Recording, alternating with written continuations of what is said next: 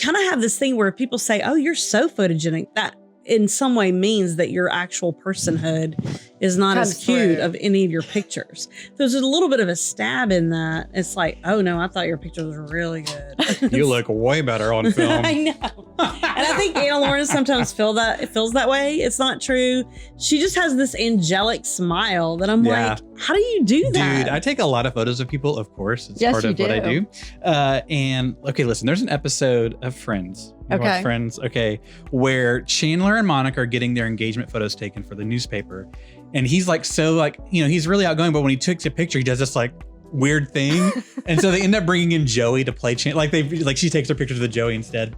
And there are people in real life that are like that they light up. Their natural smile is so good. They cannot recreate it in front of a camera. I'm like, I have seen you smile and laugh and have a good time. But when I get the camera out, it's just like a deer in the headlights. There are people like that. Neither of them are you. I'm just saying that. But they do exist. You actually run into them when you're taking pictures. Yes. I mean, I could name names. Well, we could talk to my graphics folks who have tried to do my headshots. Yeah. Jennifer is notorious about Well, you've taken some good pictures of me. You guys have, but I'm just like in the headshot that when formal, you have to show yourself. Yes, it's hard. When it's natural and you're doing a natural smile, it's so easy. Yes. That's for everybody. But Jennifer is notorious about no matter what picture I take of her, she hates it. And then I hate almost everything. And then I try and warn her, say I'm taking a picture, and she's like. And I'll tilt my head to the side and do a little thumbs up. Because for a while she was mad at me because I always caught her off guard when I was taking pictures at different events. So I was like, okay, I'm here. Do you want to do a posed one almost in front of these kids? And she still wasn't happy with it. I don't love that we're on camera now. I still don't watch this thing on YouTube. Yeah. But my camera's positioned where it's exactly where I want it. It's almost neck up. You guys are a full I don't body know what I look shot. like here. So all you can see are my eyeballs in the picture. No facial expression. Listen, everyone has opinions about what they look like on pictures, and you got to find your angles and your smile, but it's all a journey we're on. But speaking of journey that we're on. You want to start talking about the actual thing we came here for? Want to start the podcast? Yeah, yes, let's start. I do. Hello, and welcome to the Almost Amazing podcast from the CityRise Network. Hosted by Jennifer Dennis and produced by me, Justin Kello. We're a podcast that was supposed to be focused on parenting, but we've kind of lost the plot along the way. Honestly, we don't know what this podcast is about, but we talk to incredible people who love Jesus, and our hope is to provide encouragement and fun whenever possible. If our lack of clear direction bothers you, we apologize, but no one is making you listen to this podcast, unless you're married to Jennifer. Andy, thanks for listening. Hello. Here we go. Hey, everybody, and welcome to the Almost Amazing podcast. We're so thankful you're here. We've got a great show. Mm-hmm. So thank you for tuning in, as usual. That's not the right word. Justin? Yeah. How's it going? How are you? It's going great. It's going great. I do want to... I want to present an idea to everybody. I think if we all get on board together, we can change the culture. Oh, dear. What is this going to be? Here's what I hate. When you go to a restaurant and you're looking at this menu, most of us have probably looked before we got there. If you're like me, you're looking it up because you're so excited about eating out. Correct. But what I wish was acceptable, because you order something like this is going to be great. And then 5 minutes later, the table next to you gets all their plates out.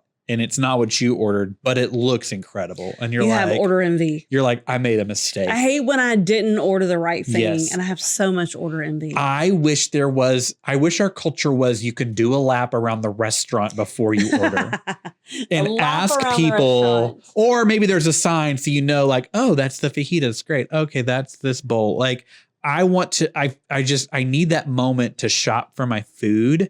And it's frustrating that in our culture, that's unacceptable. You have to go straight to the table. It is a little unacceptable. But I just feel like everyone would be happier. Everyone would be happier knowing what they're going to get. Some of those restaurants, they'll have a tray and they'll have a wax. Yeah, which even that's not great. I've never been really pulled in by the wax tray of food. No. Or what's even worse is a lot of times they just have saran wrap over an actual meal they made 7 hours ago. And there's flies bouncing around inside. Wants that. That's not helpful. I need to see the sizzling plate of whatever you got. It's fun that you've got that thing. I have a whole different thing I've been thinking about. Okay. And as I've been filling out all of this college stuff and getting all of it ready, you know how you give a password and then they say, hints. Yeah. These are your hints.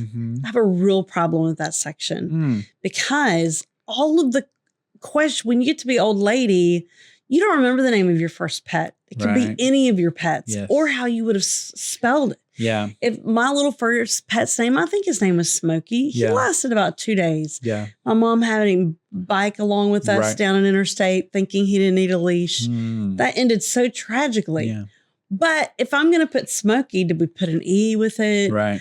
Then it's like, you know, your mom's middle name. Yeah. And I know my mom's middle name and I'm not sure how to spell it. Yeah. And then it's like, it's just like every question has this problem. What was your favorite teacher's name? Well, that's Miss Farragut. Yeah. And just so you know, I don't know how to spell that on a consistent basis. Miss Farragut. I'm never going to remember that. Right. And then it's like, okay, well then I'll just use our last pet's name, which was Bailey. But I don't know. I just think with every one of these answers, there's like a clarifying moment where, your mom's maiden name or your mom's middle name. Yeah. Well, my mom's middle name was Evelyn, but when she got married, then it's Adams. And will the next me that comes back in the time remember whether I chose Evelyn or Adams? And I just like, and then they make you choose 3 of these, Justin, 3 of them. Yep. What was your favorite color? Who was your best? What was your first best friend's name? Yeah. I have no idea. That could be Jesus. It could be my sister. Yeah. She came along a year into my life and we're so close. Yeah. But I don't know that I'll remember that the next time. And when they say, what city were you born in? I spent half of my life thinking I was born in a different city than I actually was. Wow. Only when I hunted down my birth certificate did I realize I was indeed born in the town. Yeah. There's also this thing where you're trying to log into an account you haven't been a part of for a long time, and you get something wrong, and it says, "We do not recognize the email or the password," and you're like, "Which one? Which one? Is it the username or the password? Can you tell us which one you don't recognize? Specify which one is wrong." So you have to start with I don't remember the password. It's like, oh, well, remember the email, and then you're like, here's the email. Yep. Nope, that's not it. I saw a great TikTok by a guy. It was almost like 3 minutes long, but he was acting out, you know, if the internet or getting into your bank account or whatever was real life. And it was that thing is like, okay, what was the first street you lived on? He's like, okay, Oakwood Boulevard. And it's like, he did Oakwood, one word, Boulevard. He can't remember how to spell it. Like, nope, not it. He's like, okay, Oak Space Wood, BLVD. He's like, nope, that's not it. So good to know that there's a comedian that's done this. He goes, Oak Bull Boole. He spells it wrong. And it's like, sorry, 3 times wrong. We got to prove you're not a robot. Do this thing. And he's like, well, I think a robot could spell boulevard. They would do it. So here's what I hate. Then they give you 9 pictures and they're like, which one has the bus? Oh, you start sweating. And I'm like, is that a bus? Or is the corner of that bus in that is picture? That section count? I can't tell if that's a bus or a tricycle. Yes. Is that a tricycle? Yes. And then you're just so stressed out. Yep. And then it just should say back, you got this wrong, which means obviously you're not a robot. Yes. You're a human. Yes, only a human would mess this up. But I think we're only at the beginning of that. Obviously, soon we'll be using our eyeballs and fingers and bellies. You'll just scan it, blood, whatever. I don't know, man. The password thing is tough. And I feel most sorry for our parents. So they're really struggling in that world. I have an embarrassing thing. Most of the people have stopped listening to the podcast now. So I can just tell you. Okay, it's just me and you and those 3 people, yeah. I accidentally took out a student loan this week for myself. In my name. And like for real. For real.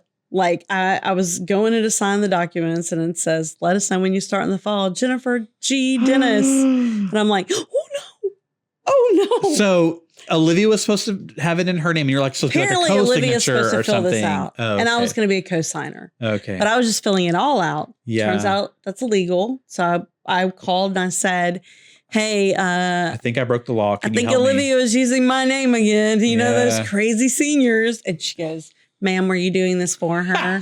And I go, if I say yes, will I go to prison? And she goes, you know, that's not so much. You're not supposed to be the one doing that, ma'am. It should be your student. She's the one that's responsible for the loan. And I go, then no, I was not helping her. But that's also crazy. She is a child. She's 18 years old. I literally put my name.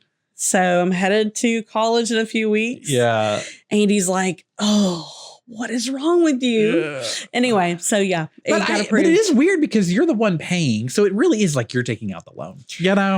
This whole, when you turn 18, I mean, I know for some people that means something, but to me, it does not mean a thing. Yeah. It just makes everything more cumbersome, at least until they're probably halfway through college. Yeah. I think 2 years in, maybe a year from now, we'll be looking at a different situation. But right now. Yeah, right now her biggest concern is not a loan. It was getting her prom dress. Like it's getting the right. It's a fast shift from, prom dress to, thousands of dollars of debt. Right. Here's a $40 loan. Did you want the same shoes as the dress or do you want a different color? Right. And then here's your loan. Right. So anyway, that's my little thing today. And so something you learned. If anybody, my loan has been approved for my college life. So yeah, speaking of, boy, there's no what transition. Are you going to transition here? Hold I can't on. wait. Speaking of, okay, well, I'll say this before we transition. Just a reminder, we are doing every other week this summer. So sorry if you're about like, we need more episodes, go back and listen. There's 140 episodes or something. Surely you haven't listened to all of them unless you're Andy. I do think Andy's listened to them. Yeah. I think there's a few that are really big fans. Yulissa out there, she's listened to most of them. But my mom's only heard 3 or 4. Go back and listen to some. But we're this summer we're slowing down a little bit. Sorry about that. We'll be back in the fall. Just a reminder. But today is a great interview, and I'm really excited about it. Me too. Now there's the transition. Well, I'm excited today because we have a really special guest, and actually, we've been planning to have this guest on for months. Oddly enough, she had no idea. We mentioned her every week, but she's finally here. We did mention it to her. Welcome, Lorraine Lewis. Awesome. Thanks for having me. Hooray, Lorraine! Listen, Lorraine is one of the first people I connected with at Bellaire when I came here because when I was here first, I was a student pastor and she was really involved in the team that made us breakfast. That's right. And she, as the only female on that team, she often ended up being the one decorating for the breakfast for the holidays for Mr. Roy over there. But she was, that team, y'all were so diligent. There's a high bar for that team. You don't get to just be on that team. Right. But making breakfast every week for teenagers, obviously she was a key member of my team from the first day because like feeding those kids on Sunday was a huge part of ministry. Man, can we spend a minute talking about these breakfasts that Roy does? Oh, they're amazing. Yeah. They're amazing. And I think there's a little bit of mystery to them. Always. I'm not sure that all of the food came from a store. Don't know where you got it. Sometimes. Don't ask a lot of questions. Sometimes maybe a back alley. Not going to say. A road. Yep. And you're like, but it's always perfectly themed. Yeah. If it's Mardi Gras, it's the theme. Yeah, king cake for sure. Yes. I always have king cake for Mardi Gras. We have a rodeo breakfast when rodeo starts. He's really diligent about the holidays. So, when I first got recruited for the team, so Roy was getting older. I mean, he's been doing this for over 50 years now. Wow. And the idea was, I want to say it was Vaughn Davidson. Okay. He's like, hey, it'd be nice if we could have some help for Roy. I'm like, great. He's like, well, you cook, don't you? Oh, sure. Yeah. So I go into the kitchen. So there's a difference between cooking for your family and cooking in a commercial kitchen. Yeah. And so, so I went in there and I'm just like a little helper for Roy. And then he'd hand me like a pumpkin or something. He'd be like, what do you want to do with this? I'm like, what are you talking about? No, like an entire pumpkin. like, what should we do with this? Yeah. And I'm like, I don't know. And so after several weeks, Roy realized like, I'm not a chef. Like I was more of like a helper person for him. So at the time, one of my good friends was Chef Chris, who you guys might remember Chris. I do remember Chris. And fortunately, we were really, really great friends. And so after a couple months, so Roy gave me several at-bats where he'd hand me a pumpkin or like a dead deer or something like, what do you want to do with this? And I'd be like, I don't know. What do you want to do? Yeah. And so then Chef Chris shows up, who is actually a chef. Right. And he just started helping in the kitchen. And I was like, and there was this almost very vague tension initially. Yeah. Because I think Roy was worried. See, Roy didn't want to fire me because he loved me because I was so much fun. But so he didn't want to have to fire me. Yeah. But he knew I was not help. Yeah. I mean, I was entertaining. He wasn't going to hand you the torch when he was done. He wasn't handing me the pumpkin. Was Chris able to say, let's do something Oh, yes. So like, you could hand Chris a pumpkin. Yeah. And he would have a vision for the pumpkin, Wow. and it would turn into a pie or a soup or Yeah. whatever. Yeah. And so it was great that Chris and I were friends. So then when Chris, kind of started showing up in the kitchen, I was relieved. I was like, oh, thank God. Thank you for being here, Chris. Because I knew I was never going to be the Yeah. girl figuring out what to do Yeah. with the pumpkin. So every Sunday is like an episode of Chopped, essentially. It's like Roy just has a basket of stuff. It's like, figure it out. And somehow a meal always comes out. Sometimes you're eating Frito pie at 9 a.m., but that's just, That's all good. That's the crazy part to me. First of all, I was rarely offered this food. Yeah. And second of all, I was always asked, what did I think I was doing in the kitchen? Because Yeah. nobody, Like, get everyone out. No one's knows. allowed in the kitchen. Yeah. Everyone knows I should not be in the kitchen, but he's Mhm. like, what are you doing in here, kid? And then he would say, come eat breakfast with us. And it would be some Yeah. crazy dinner meal. Yeah, It'd be but- like fried hot dogs. Yeah. And you're like, that's okay. Yeah, but it's good. I'm going to stick with my bagel. The kids never complain. They never complain. Yeah. That's going to be something when those kids grow up Yeah. and they run into each other. They will be able to talk about that for Mhm. so long, those wild Yeah. breakfasts. But that's where Lorraine started in my history of being at the church. But for people who don't know you, what is your trajectory in our church family? Like, when did you start coming? Like, how did you end up in our church family? Awesome. No, that's a great great question. So I did not start out as a Christian. So one of the things that was different for me is I didn't grow up in church and was agnostic for most of my life till I was in my early 30s. And I would say that I was in some ways a seeker. I kind of viewed myself as I'm a nerd. I'm still a nerd, but when I was younger, I was kind of a nerdy intellectual. And so, I kind of viewed myself as on this quest because I think as a young person, you suffer different things. And it's like, well, what's the meaning of this? So, I was trying to answer the question of like, what is the meaning of my personal existence? Like there had to be a meaning to it. And so I can remember when I was at University of Houston, I had taken a class that there was this guy who was a geology professor, and he did this lecture. He would teach the geology of fill in the blank, whatever he was interested in. And he described himself as a born again Pentecostal gay geology teacher. Wow. So there's a lot in there. Yeah. Lots But he unpack. was an amazing lecturer. And so I took his Geography of World Religions class. And as part of that, we had to go to visit all these different churches. And and so I went, to Buddhist, Right. all these different things. Which in Houston, it's all over. It's all over. It's awesome. Yeah. And even prior to taking that class, like I had hung out one semester with the Hare Krishnas. So, I'd Wow. done different things. Mhm. And so I went to one of the assigned places that I had to go. It was a Black Baptist missionary church. And so I went by myself. And, I can remember, generally speaking, when I would be confronted with Christians, I kind of felt sorry for y'all. It was like, well, we all need a crutch. Yeah. That Yes. kind of a thing. Mhm. And so I went to this church, and it was like amazing. The music was really good. And the preacher was teaching on the tithe, which generally from my perspective would be like, Yeah. these people just want my money. But like, I guess the Holy Spirit had caught me. I was like, it was like the best sermon I'd ever heard. So I'm by myself and I'm sitting there, and then they make the altar call.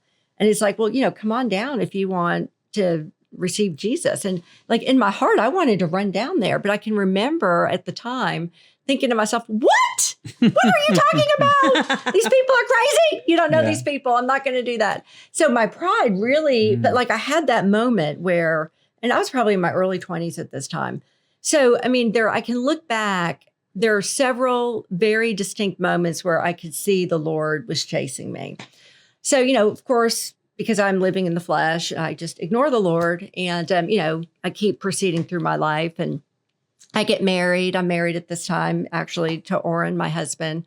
And then we proceed to have 3 kids in 3 years and 6 days, which I do not recommend, Wow. particularly for the uninitiated. Mhm. And, that was very, very overwhelming. And so Yes. there were a number of life circumstances that really caused me to lean into, what am I doing here? Right. How do I manage this? But I think for me, I had to, generate maximum insanity, before I finally reached the point of saying, okay, I have tried everything to sort myself out. Right. So I'm going to go ahead and give God a try. And, for me, that was after having gotten married, having 3 kids in 3 years, very overwhelming. My youngest child, as it turned out, was on the autism spectrum, but just having 3 kids in 3 years is overwhelming, period. Right. And my mother was dying. I was very close to my mother. And so that led me to a place, like I think I would have told you the 10 years prior that my life had felt unmanageable. But that led me to a place where there was a lot of desperation and my life felt completely unmanageable. I did not know how to raise my children. And so, really out of desperation, I started looking for a solution, which was not Jesus. I mean, most adults, I don't think, wake up one day and say, well, I think I just need Jesus. Right. But what I did need, because I'm very practical, so I'm kind of a doer person. What I did need was some way to figure out how to manage my children because they were completely out of control. I mean, I had 3 in 3 years, and I knew when I came home from work one day and my 3-year-old Drake was standing on the kitchen table that, probably things were not working out in my house. Yeah. And that was kind of like that might be a red flag, So, anyway, so as part of that, I started doing some research and I was looking for parenting classes. And so this was, my kid, my oldest son is probably 27 now. So this is, 25, 27 years ago. And there weren't just a whole bunch of parenting classes that you could find. So the one thing I did find was they had something called MOPS at Second Baptist. Now recognize I'm a corporate, I wasn't an atheist, but I was definitely agnostic, not a religious person, and working full time, professional woman. So, and I didn't know what I didn't know. So I go to MOPS because it was for mothers of preschoolers. I'm thinking, okay, well, maybe they know how to raise my children because I certainly did not. Yeah. And so I walk in, and it's like a 7:00 thing out at Second Baptist, and there's a lot of stay-at-home moms, and they're all very sweet, and they're doing like a little craft thing. And immediately I'm like, these are not my people. Right. These are not my people. But fortunately, the young lady who was, I guess, running that event, she took a look at me and she knew I needed Jesus, even if I were not her people. Yeah. So she had that all registered. And so just very sweetly, she's like, well, hey, I see you're new here. And of course, I'm like deer in the headlights. I'm like, what are these people doing? Like, this is not how to raise my children. Right. And so I was like, well, I don't really think this is for me. She's like, really? I'm like, yeah, I don't think so. She's like, well, what were you looking for? Mm-hmm. I'm like, well, I was really looking more for like parenting classes, that kind of a thing. She's like, I know the perfect thing for you. Mm-hmm. I'm like, really? She's like, yeah. She's like, there's a Bible study that's going to be starting by this lady called Denise Glenn. It's called Motherwise. Denise Glenn. I know. And what's crazy about that is, of course, we know Denise now. Right. I mean, I didn't know Denise Glenn from Adam. Right. And it was all about Motherwise. Okay, well, how to be a mom. Yeah. I needed that. Wow. So actually what was interesting is I had 2 of my kids. I was pregnant with Zachary, my 3rd child. So I had not had Zachary yet. Mm-hmm. But this is my mother's very ill. I'm pregnant with the next one who's about to pop out. I'm just like going bonkers. And at the same time, our neighbors who lived next door to us, Mary and Corey Armand, who were members way back when at West University Baptist Church, they were our next door neighbors. And so they would invite us to stuff. Mm-hmm. So these things are happening kind of simultaneously. Like, I'm freaking out. I'm pregnant with my 3rd child. I'm going to have 3 in 3 years. My mother's dying. I'm out of control. My kid's walking on the kitchen table. I'm looking for parenting classes. And we're getting to know our neighbors, Mary and Corey. And they invite us to stuff. Mm-hmm. And so they invited us to one of their, I guess as part of a Sunday school thing, they were having a party at their house. Mm-hmm. And so it was, I can't remember, I think we were doing like the newlywed game or something. And so we go over to their house and there's all these young couples. And they look like a bunch of young Orrin and Lorraines. Yeah. And they were so nice and sweet. I mean, they were all a little kind of Jesus freaky, but they were really nice. But they all had careers. They're young professionals. They were totally solid people and very, very nice and welcoming. and very loving, Mm-hmm. but they were Jesus freaks. But other than that, they were great. And so like we really liked them. And one of the people who was in attendance was Roger Patterson and his wife, Julie. Oh, and wow. I think, and I didn't know who he was at the time, but Right. I think he may have been the youth pastor at that time. Yeah. And so I can remember when I first met Roger and when he first met me. So we're eyeing each other. And I'm looking at that guy and I'm thinking, you know, he probably thinks he's all that in a bag of chips. And he's looking at me thinking, you know, this is a woman who needs Jesus. I can just smell it. And so we, you know, we're getting to know Corey and Mary, and we had gone to a few things there. And then they invited us to Westview Baptist. Okay. And so, so now we're at this point, we're kind of seeking, you know, we're feeling very overwhelmed, and I'm reading I'm doing the Motherwise Bible study, and my husband, Orrin, has been like reading the Bible, and because like we're just basically desperate. So it's like, you know, we've done everything else. You know, if you've done Krishna, Buddha, you know, fill in the blank, maybe we should try Jesus. Yeah. And, you know, when we first, I guess the other part is when we first had children, we decided, not because of anybody's soul, but just for good parenting, probably we ought to join a church. Okay. And so we had started attending a Catholic church, which neither one of us really connected with, but we felt like that was, you know, good parenting, like, you know, just for good social development, we should. That is really interesting where people do plug in when they have children. Yeah. That because you feel like you have an obligation. We've had kids now. We're going to bring them to the church. We're going to see about some morals and no, exactly, some activities. Exactly. It was about, well, that'd be good moral training. Right. You know, we want them to be moral children. And so that didn't really work. So anyway, we started visiting over at Westview, and I'll never forget the first time we went, because I grew up, for the short time that we did go to church, I grew up Catholic, and we stopped going to church by the time I was like 9 or 10. Orrin had grown up in an Episcopalian environment, and then they also fell away from the church. So neither one of us had been in the church for a very, very long time until we had children, and then we would occasionally show up at the Catholic church. But neither one of us really connected with that. So we were sort of in a place of feeling like we were not being fed spiritually. We didn't really think we needed to be fed spiritually until we got very, very overwhelmed with raising our kids and trying to sort things out. So when I went to Westview for the first time, I remember going, and like the music was great. It was a contemporary service, and I felt like I was kind of at a rock concert. I was like, wow, like I've never been to a church like this before. And I can remember I'd look over at Mary and I'm like, this seems like a little different. She's like, oh yeah. I'm like, are they going to like preach or something? She's like, oh yeah, they will.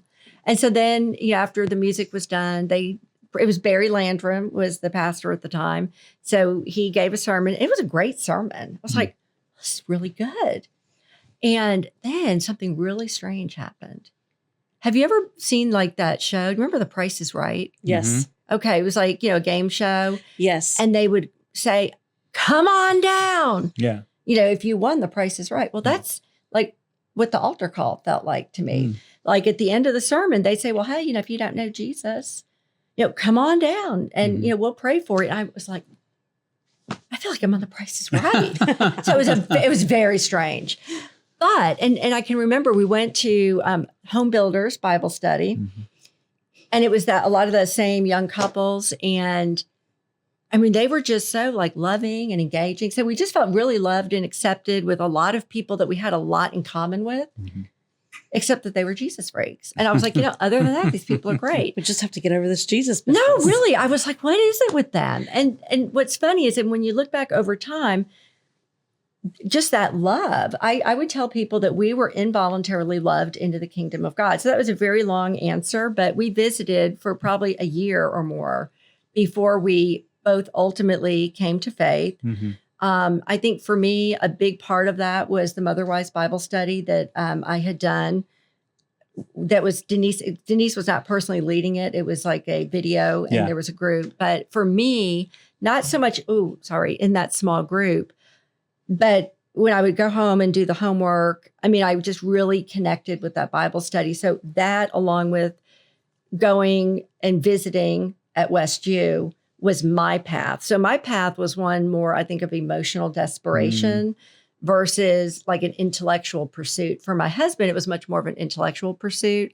But what was beautiful about it for us as a couple is that the Lord worked it out that we both were kind of on the journey together at the same time. And then Roger actually baptized us. And that was probably 20 years ago. Wow. How about that? Yeah. So it was a very much of a night and day experience. So for us, like we remember very vividly what it was like the magnitude of our depravity and lostness. Like we have a very poignant perspective of what that was and then what it was to be a Christian. Yeah. No, those stories of people coming to faith as adults are really special to hear because you do have a perspective, I think, of your life before Christ and your life after Christ and seeing. But so then you helped plant or start the Bellaire campus, which was Crosspoint, which is now CityRise Bellaire, and you did that for several years. And then when we started our new campus, so every campus we start, you're part of the team. Oh, I didn't realize you were part of the Bellaire start as well. I was. Yeah. So what was fun about that, I can remember as a baby Christian, I think I just had to soak for the first year or two, and so our qualifications were that we could help in the 3 and 4-year-olds. And my job was to peel the children off the mommy and hang out with the kids. And then my husband, would teach the kids. And so that's kind of where we started. But what I realized after a couple of years of soaking at West U, when you first become a Christian, you've been leading a life. We all lead a life of depravity, but you don't realize, I used to call it being dysfunctional, like, oh, I had a dysfunctional family. And what I realized, it took me probably 5 years to realize, oh, actually that was sin. Like I didn't even know it, because it was so foreign. So then you really start, realizing the depth of your depravity and your level of desperation. And I think that that's one of the reasons that I was so interested when they talked about doing Crosspoint. So initially when that was an idea, I thought it was the dumbest idea ever because it's 2 miles away from West U. So I'm like, why would people would be like, why would anybody do that? Yeah. Like that's the dumbest thing ever. But there was a Sentinel sermon that Pastor Barry Landrum gave. And I want to say Roger was probably associate pastor at that time. And Barry, the church had been praying about, what are we going to do for like all summer, 3 months. And I'm still a pretty new Christian. And I'm like, okay, TikTok. Like we've been praying about this for 3 months. It's like time to get on with it. And they were talking about a capital campaign. And I'm just like, I'm over it. But the Sentinel sermon was, after all the praying and all the what for and why should we and whatever, Barry just finally got up there and he was like, look, I just really feel like the Lord has put it on me that we need to bring more people into the kingdom of God. And that's why we need to reclaim that campus. And it was a watershed moment for our church. And everybody that was in the sanctuary at that time would tell you felt the Holy Spirit. And I was just like, and it was all about picking up your cross. You're going to pick up your cross and you're going to carry it. And we're going to go bring more people into the kingdom of God. And that's why we're going to open this campus. And that is what we did. So Roger, they were trying to form a committee, to sort of figure out, okay, now we've decided to do it. What does that look like? And so Roger approached me. And of course, Roger and I in some ways grew up together because he was a youth pastor. I was a heathen when we first met. And he baptized my husband and I. And so then he later, of course, became associate pastor and then our full pastor. And so at that time, he reached out to me. He's like, hey, we're trying to form this committee. And I'd really like for there to be some people who haven't been Christians their whole lives. Like we're trying to reach people for Christ. And I think you'd be great on this committee. And so I said to Roger, I'm like, oh, because I'm most recently a heathen who didn't know Jesus. You think I'd be great? And he's like, yeah. You're the newest, one of our freshest heathens. No, but he was totally right because I think if you have not been a Christian, you understand the desperation and the need of people who like, I didn't know I needed Jesus. I thought I needed all these other things, but really what I needed was the Lord. And so I was thrilled to do it. And I've always had a passion for, I think I do a good job of connecting with all different kinds of people, whether those are people with lots of resources, whether those are homeless people. Like, I just feel like I do well with all different kinds of people. And I think part of that is because if you have rolled around in the mud as a depraved human being, and if you can get really honest with yourself and say, yeah, I mean, I can look at mistakes I've made in my life, choices I've made, circumstances that I've put myself into, and I can look honestly at what that depravity looks like. And, without sharing my entire story, I assure you,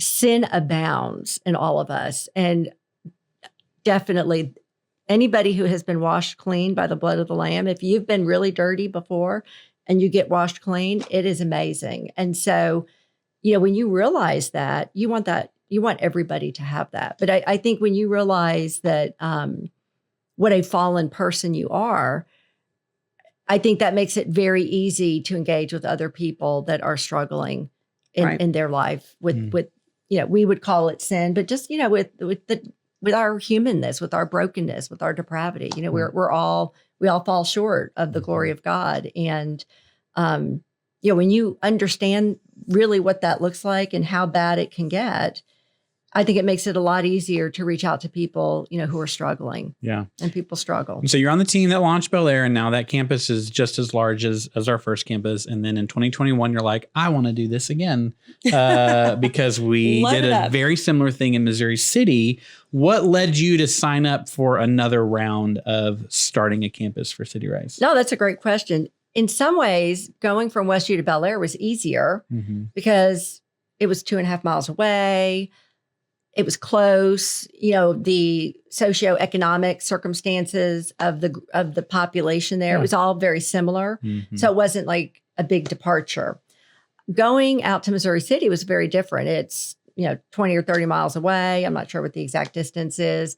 The demographics are very different. So it was a completely different experience. And unlike when we started the Crosspoint campus, 80 families left Westview to start Crosspoint. So we really had a large group to start that. I want to say there might have been 20 people who left Westview and Crosspoint to go start the Missouri City campus. So it was a very different thing. What led me to be convicted to do it is the entire purpose of it was to go bring more people into the kingdom of God. So I have a passion for that. So I want everybody to be in the kingdom of God. My husband is the president of Casa Alboen Samaritana, which is a ministry. It's a healthcare ministry. And they, through that ministry, very actively bring people into the kingdom of God. So I've worked as a volunteer for CASA extensively, really believe in that ministry. And one of the things that I have felt over the past 10 years is a strong sense of urgency. Like, I feel a very strong sense of urgency right now at this time, at this place in the world. And I just feel that time is short. So, I just feel a very strong sense of urgency for people to come into the kingdom. So when they were starting the Missouri City campus, they were moving CASA out to that campus. And so I've been very engaged with that particular ministry, and I think it's a very effective ministry. But I was also just in a season in my life where I could leave Westview and Bellaire because my kids are grown. We're empty nesters. And so we were in a season in life where we could go do something very different, even though there was geography that we would have to conquer. When I had little kids, I would not have wanted to conquer that geography every Sunday. So I felt called to it. I felt drawn to it because CASA was there. I felt drawn to it because of what the goal was, which was we wanted to bring more people into the kingdom of God. And in a weird way, I also felt uniquely equipped because I didn't become a Christian until I was an adult, because I had the opportunity to leave Westview and to be part of the team that started Crosspoint. We had been life group leaders at Crosspoint when that was what a big part of that community. So I felt like over the time of my journey, for lack of a better word, that the Lord had equipped me as well as my husband to go out and to be part of that. Yeah. Well, and so we did. Yeah. I love that. So we did it. I love that. I experienced a lot of the life of our church through photos of my volunteer team. And so I've got some volunteers at Missouri City. And there are so many pictures I see of Lorraine hugging people, praying with people, worshiping with people. But like, you obviously are not just showing up on Sunday and just like ticking a box. You've also what I'm saying? taken a good lead with the women's ministry there, Yeah. pouring into the women and their spiritual journey. And I think I love the testimony in that I think when you grow up in the church, when you haven't been on the other side, when your parents are Christians, you don't have this sense of just gratefulness, of just cherish every bit of it. Much like I taught in this really great school, but I came from a really hard school. Yeah. And I came from a school where the teachers hated being there. They didn't want to be with the kids. The leadership was poor. And I moved to this school that was fantastic. And I was never not grateful for that school. Exactly. And so I think that gratefulness stays in your heart and that you utilize that to continue to follow Christ. And I think that's really powerful. Some of my good friends whose family didn't, some of their parents were alcoholics. They were some of my best friends and their families didn't know Jesus. And I remember them saying to me, you don't understand the gift. Right. And I think because of the way Orrin and I grew up, very broken, dysfunctional families, which of course bled into our own dysfunction, and we found Jesus just in time, praise God. But, I think when you've had those experiences, it can be intimidating. Like if you encounter people that are really struggling with, broken marriages, all addictions, kinds of addictions. I mean, just some really challenging circumstances. I mean, that can be really intimidating. And it's like, how do you lean into that? I think because of some of the insanity, frankly, that my husband and I grew up with and pain that generates, I think we have a heart connection to a lot of different people in a lot of different circumstances. So, it's funny when you were joking, like, well, I always see a picture of you hugging people. I would tell you, I think that's like my best spiritual strength is that I have the ability, I think, just to lean in and embrace people where they are. And I think, the greatest gift I received was people loved me the way I was, broken. And as a mom, one of the things I've learned, the most powerful thing is to try to love our children the way God made them, not the way we want them to be, right? I mean, that's the hardest thing, is to try to take people and love them the way they are, especially if they're not behaving very well, right? Whether they're adults or kids. And so, I think we just try to love on folks. And, I kind of feel like I'm a foot soldier for Jesus, it's kind of cool. It's a cool way it's a pretty amazing thing to be. But not everyone's happy being a foot soldier. Yeah. I'm good with being a foot soldier. I'm happy to go into the mud and then I take a shower later. Yeah.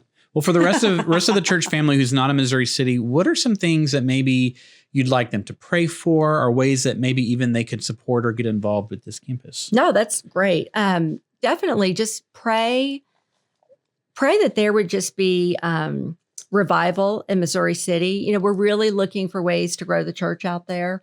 There are very different demographics. We have a very small micro team that launched the campus. The campus has grown, but we are still, it is a small, I like to say that we're small but mighty, but I would emphasize small. So we are mighty, but, we want our numbers to grow. And so, I would just say pray for opportunity, pray for wisdom for our leaders so that we can, continue to discern how we can engage the community and grow the church out there. Right. I would say pray for those who need work, who are struggling with employment issues. We have folks that are struggling out there with various social issues, addiction, broken marriages. Pray for all of those things because, we know that Jesus is the solution to all of those things and that he can do anything in any circumstance. And I would say for anybody who's interested in volunteering, we have lots of different events, whether it's a women's event, whether it is VBS, which, we're going to be having this week at that campus. I'd be happy to, anybody's welcome to reach out to me or anybody else at that campus. But, as we try to multiply, be force multipliers, if we're going to do an event, like Justin and I were talking, we're trying to do an event potentially this summer that might be a 4-part series where, we would try to take sort of a highly relevant cultural issue and hopefully bring people into the church. Well, in that type of a setting, we probably would need volunteers from Crosspoint or Westview, because if we have great participation, part of that would be bring folks in, but we'd want to have some breakout sessions. Right. We'd want to, have enough of the saints there that we can share the love of Christ, in a personal way with the people who would show up. Yeah, I love that, because we're all one church family. You don't have to attend there on Sundays to get involved in the special events, whether it's the fall festival or the VBS or the Easter. I know that we do have a group that goes to VBS specifically and helps out, that are part of this campus as well. And so I do love that. So yes, if you want to get involved, just keep an eye on cityrise.org/events or the website. You're going to see things coming up. And if you want to get involved, there's plenty of ways to reach out to that. I'll also say sometimes we do church-wide events where we all come together. We just had that big event, Deep and Wide Day, but we also have we've had marriage events and women's events. And if you come to these events and you see a group from Missouri City, I'm going to challenge you to go meet them. Because I think they're part of our church family, but maybe they don't always feel that way because they don't walk in. A lot of our Westview and Bellaire people are kind of like the same campus, because there's a lot of intermingling. Yes. And so when you bring in this third campus that is physically further away, I'd love for our people that are in the inner loop to be intentional and be like, hey, here's a group with Lorraine. Let me meet these ladies. Let me meet this group. And one thing to think about, for a lot of the folks that are out at Missouri City, it is intimidating for them to come to an event at Westview or Bellaire. Right. Oh, that's good to think. And, because they come from very different circumstances, culturally, economically. So I would like to challenge my brothers and sisters at Westview and Crosspoint to come see us at Missouri City. That's a good because challenge. There are a lot of folks at Missouri City who might be uncomfortable coming to Westview or Crosspoint. Sure. And I assure you that is, people have shared that with me. That's a good thing to think about. And it's just so good. I'm so thankful to have this conversation with you. You've had such great insight, and your joyfulness is so evident in how you're serving. And it's very inspirational, I think. Yeah. We do have a last question for the interview. It's sort of random. But now that we're all three parents, we've got that in common. We're all three parents. If you could have had a slow down or speed up button as you've been raising your children, where would you have used a slow down button, and where would you have used a speed up button? And we'll answer first. You can think about it for a second, Lorraine. Okay. We will answer this. So both the speed up and slow down. If you quickly, right? What would be a speed up button and a slow down button? Okay. Do you have an answer for either of those? I do. I think now that today is my daughter's last day of high school. Yeah. Wow. So that's wild. It's kind of an emotional day. We woke her up with kolaches, being the dog, pouncing on her this morning. Cute. It's the last day. We got a little song. I think if I could speed up, just slightly speed up, for me, adult children that are not quite adults, that are a little bit, that's hard. Yeah. That's been a tough season, and we get along pretty well. Yeah. But if, I think that some of those speed up buttons, I think most of those buttons would have been used in the last 2 years. Just to speed up through some moments that are just like, good gravy. Does she even really like us? Yeah. Slow down button would be 5 years old. Really? That was such a sweet place for us. She's past potty training. She can communicate but she was still on our team. She still thought we were the best people in the world. Yeah. I would slow that down. Yeah. There was a season where before my kids started fighting constantly, that I took for granted. It was when they're like, 2 and 4. It's like the worst fight they have is like the younger one accidentally knocks something over. It's not even intentional. You know, he doesn't yet know how to pester her. They've reached the phase where just incessant fighting. And so I would slow down the season looking back where they weren't fighting, when it was just cute. But yes, you're changing diapers. And it is a special type of tiring to handle 2 kids under 5, but it's not like emotional and antagonistic insanity, which is what you're it like, is right I'm going to now. have to turn one of these into the police. I mean, almost nothing is fun from sun up to sundown because they're fighting. And so I'd love to fast forward to a moment where they can be in a room together and just exist and not fight. Currently, it's not that season right now. So I'd love to fast forward to that season. But I would slow down the season right before that, when they weren't fighting, when the little brother didn't know how to push all the buttons and everything he did didn't bother, you know, my daughter, because that was, looking back, a really fun time. Those are the days. Yeah. So if I could do the push forward or make it faster button, with 3 kids in 3 years and 6 days, it was rough. My youngest, I shared, is on the autism spectrum. We went through some very, very difficult times until he was about 10 or 11. So part of me would say, I wish I could just breeze through that. But I tell you, I have mixed feelings. The other part of me wishes I could have done a better job of just being in those moments. Because what I realized retrospectively is, you know, we were so fixated, and I think this can happen with parents and kids. I was so fixated on the problem at that time. I missed so many other good things. So, you know, I guess I'm a little schizophrenic, which makes sense because I didn't become a Christian until later. So if my ears were my eyeballs should be, that's perfect. Right. And, you know, that's how I would characterize that. Like some of it, I wish it could have just been faster. Right. But there's another part of me that wishes I could have done a better job of appreciating all of what was really good when my kids were younger. Right. Now, in fairness, I will say, once they became teenagers, which this is so weird, those have been the best years of my life. Wow.